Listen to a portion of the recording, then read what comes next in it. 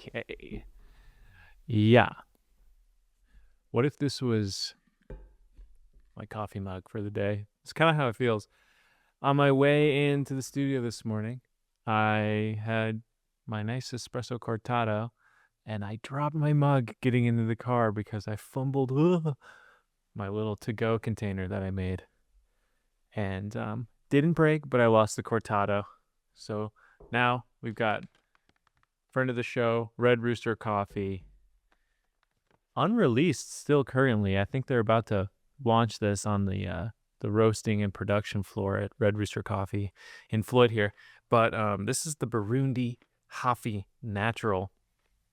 Delicious, single origin, natural processed coffee from Red Rooster. Haven't tried it since Grace made it for us in the lab. But this was made in the Aiden Brewer.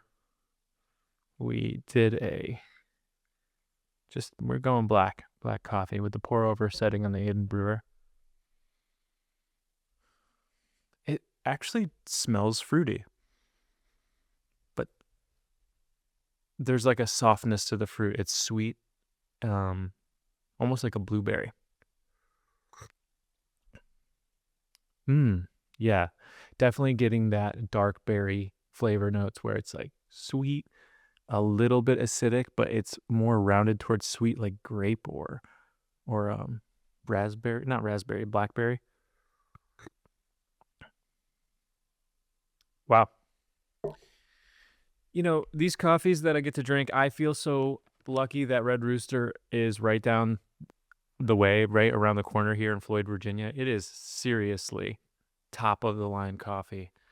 Right out here in the middle of nowhere, Virginia. Guys, if you haven't tried it, go shout out to my friends down the street, clients, friends of the show. This episode is not sponsored by, but definitely my days are fueled by Red Rooster Coffee.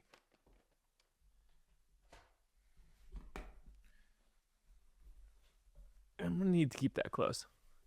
All right, second shout out of the day. We've got a Rita Sage, a.k.a. my fiance, and baby mama. Custom ceramic mug. Now, definitely makes bevs taste better.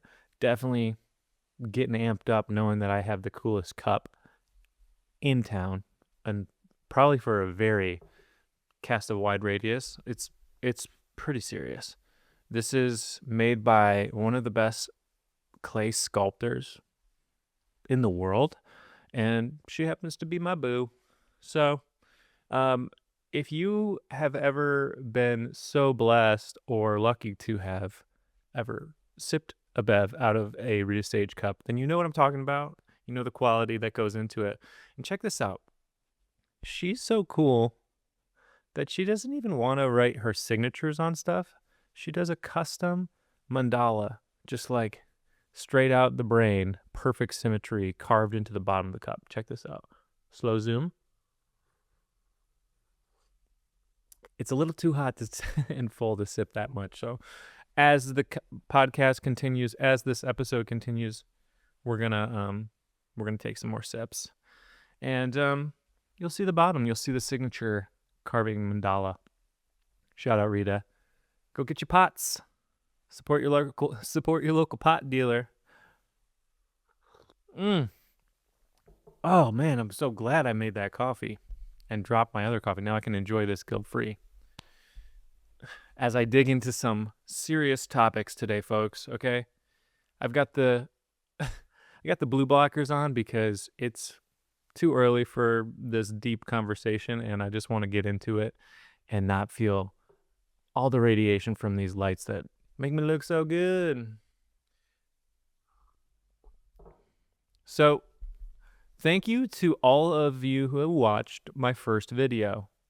It got 10 views, and I'm feeling like there's only one way to go from here. That's up. If I get less than that, then people might be like starting to leave the planet or something, because I think it's pretty much people that know me and family and clients at this point. So that's a little bit just a side note on the whole psychology of starting to make videos, getting kind of in my head about it, knowing that It's people that know me, it's very close relatives, and probably some clients. So I should probably keep it PG 13. But I want to be real, so I might slip a little curse word here and there. I got some sort of like social Tourette's when I get in the groove and start talking. It gets weird, so I want to be authentic. I want to be weird. I want to be me, and I want to be talking straight to the lens, letting y'all know on the other side of this thing, we got this, okay? This connection here, it's here to stay, okay? I'm going to keep making these vids, and they're going to get better. The first one I think was probably like ground zero. This is level 1. This is level 1.0. Okay. This video, I thought of what I wanted to say for at least 30 minutes. And as I did that, I'm not going to lie, I started to feel doubt and not like making a video. On my drive here, sort of lost my mojo, especially after spilling my cortati. But at least I didn't break the mug, the cup. Oh my God. I really just wanted to come here and make a video. And as I drove here, we're looking at 5:45 a.m. right now. This is before everything starts, before people are calling me, emailing me, work begins. So this is my time to do it. It does take a substantial amount of my energy to push through and make a video.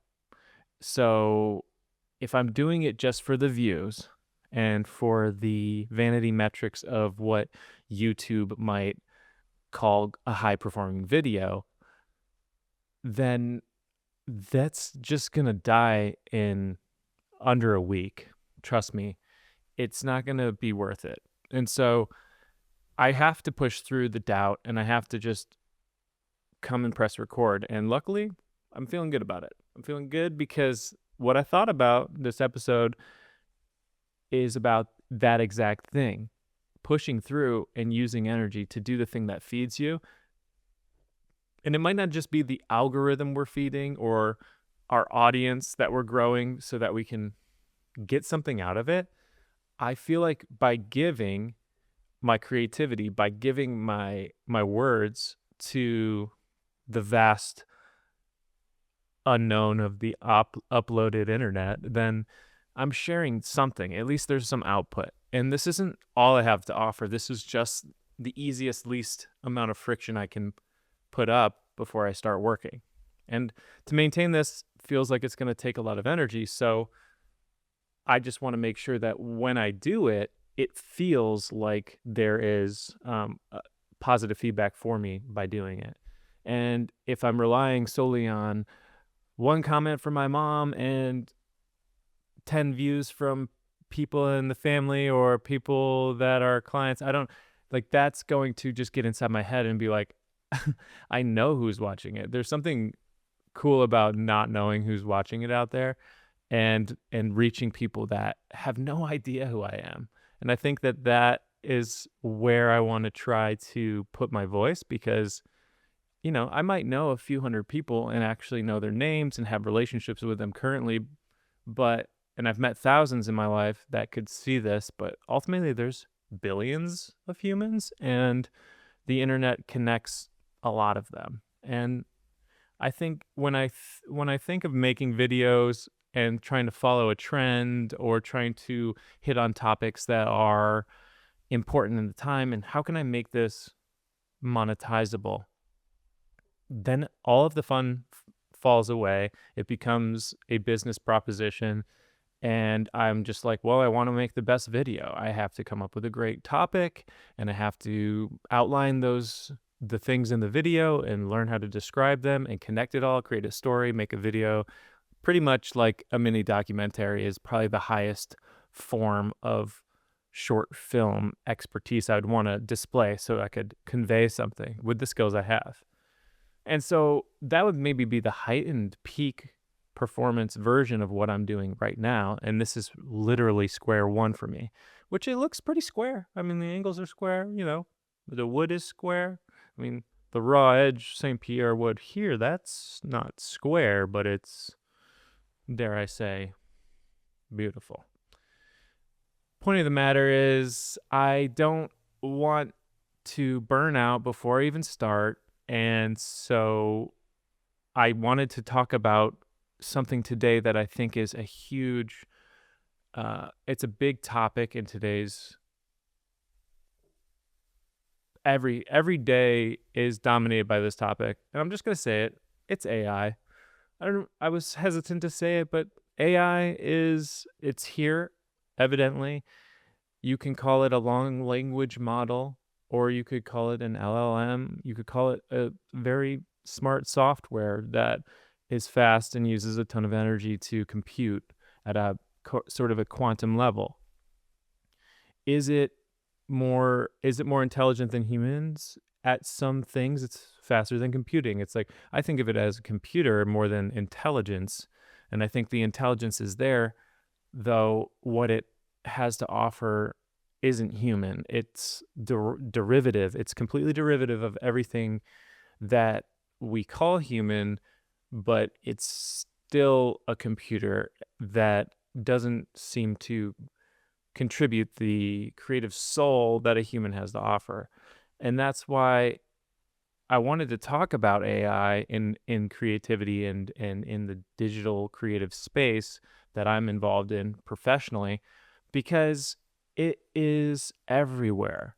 Every single app and website I use seems to incorporate some level of AI that helps make everything better.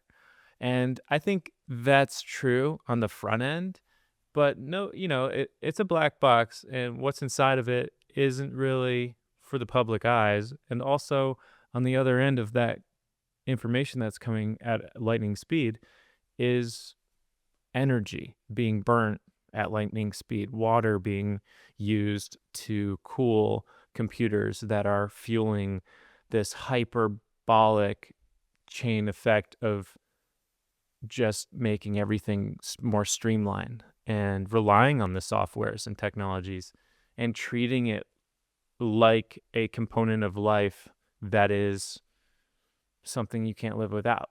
And I think that's not the user's fault as much as it is just the user's responsibility to notice that AI is sort of a blanketed term for this long language model, computational quantum computing that enables instant, bespoke, almost authentic, in an uncanny way, information at incredibly lightning speed that's catered to the individual, just like the algorithm is. And so, if we're this is the topic that I wanted to talk about, because the number one thing that I see people who want to make these types of videos, just a talking head video, one of the biggest mistakes I see people do is take themselves out of the equation by writing scripts using AI.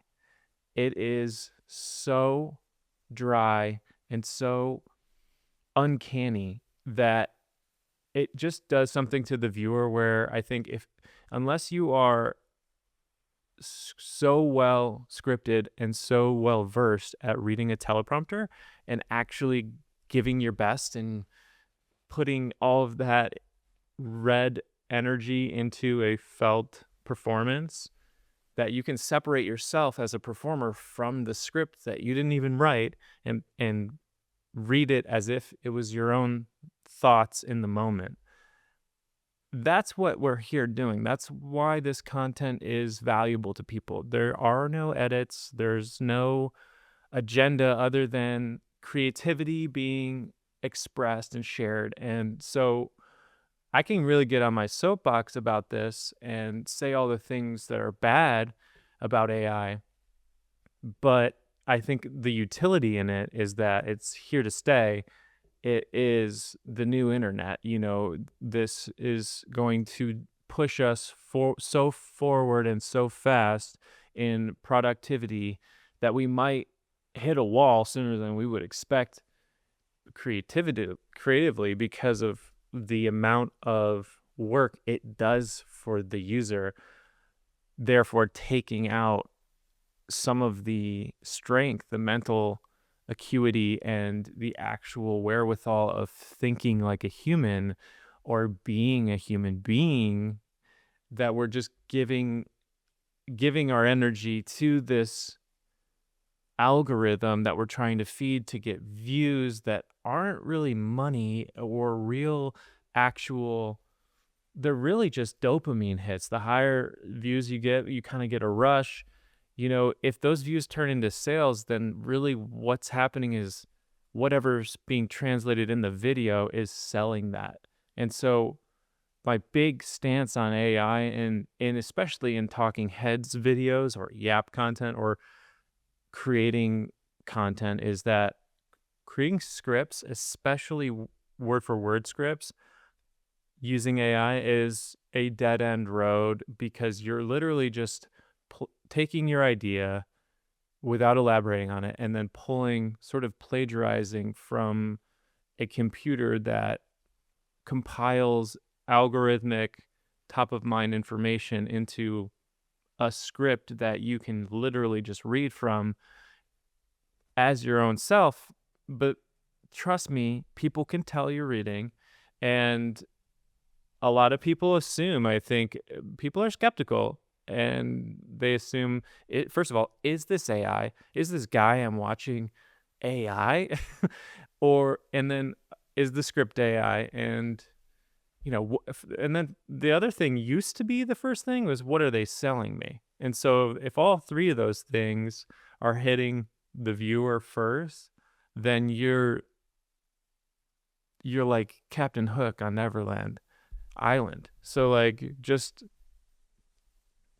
with talking to the camera, it's so important to engage with the lens, engage with whoever you might feel is on the other side of that. And I think that it's really hard. It's really hard to get to the other side of something like this. Just filming yourself, not knowing who's going to watch it, putting it up, and then watching it yourself, sharing it with others, getting feedback, getting in your head, wanting to pause, and then, well, maybe AI can give me some ideas. And then you ask AI for ideas, and it just kisses your ass kind of and tells you you're doing great. And these are going to totally be viral ideas. And here's a list of however many you want me to list. And then the creativity aspect is, now you're just like, what? It's not you anymore. You're relying on a computer to do the work. And so it becomes less artistic. I think it feels less authentic. And I think it gives the viewer a gut feeling that something's off. And I just really think it's important now more than ever for people to do videos like this, where they're giving real consultation to the viewer, real insight into the day-to-day as a creative, as a business owner. I use AI on a daily basis. I might be hating on it, but I think it's just because as many of the business owners I work with, if you're human and you're on the internet, you're being funneled into using artificial intelligence in some capacity, because the apps you use, Google, all the algorithms, everything is on a computer. And now those algorithms work so well that why wouldn't they use it? Why wouldn't we all have to use the new internet if it's faster and better?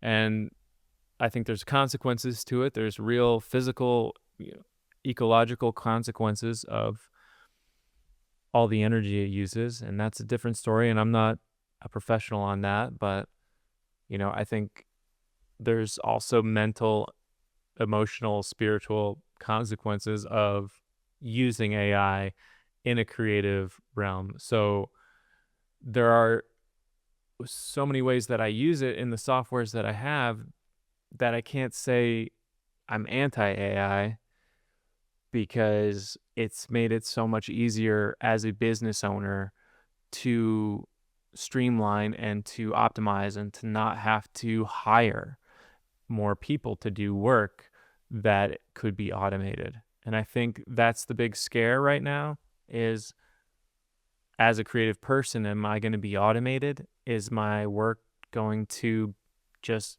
dissolve into a computational field where people can prompt what they need for graphics or videos or art or music or blogs?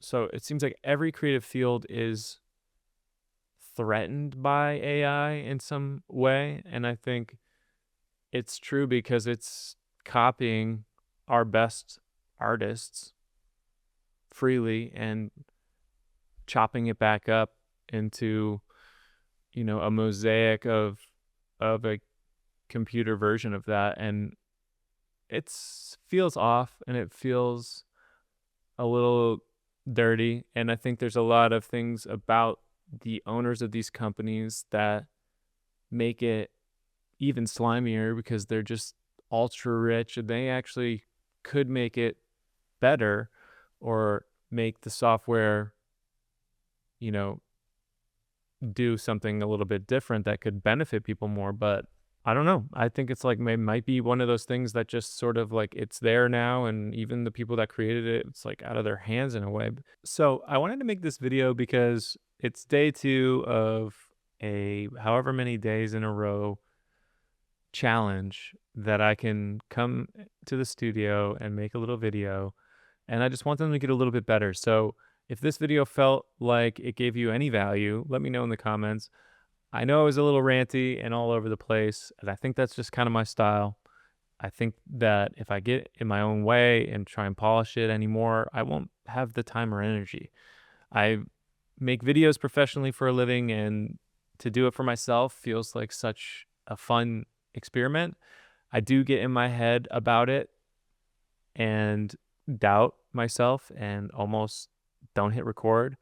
And there's going to be some challenges getting this out and published, I think, because there are a few moments where I messed up or I lost my train of thought and I sort of let my mind catch up to my words and cross my tongue a bit and feel like not making sense. So if this made sense to you, if this gave you value, if you're a business owner or a creative person that feels challenged by the constantly evolving tech that's pushing everything forward and bringing doubt into your mind about the art you make or the business you're trying to start or trying to keep going, drop a comment. Let me know how you use AI and how you avoid it for your creativity. I'm definitely interested in keeping this going, and I'm going to do better next time. So stick around and we'll see you in the next one. Spadoo.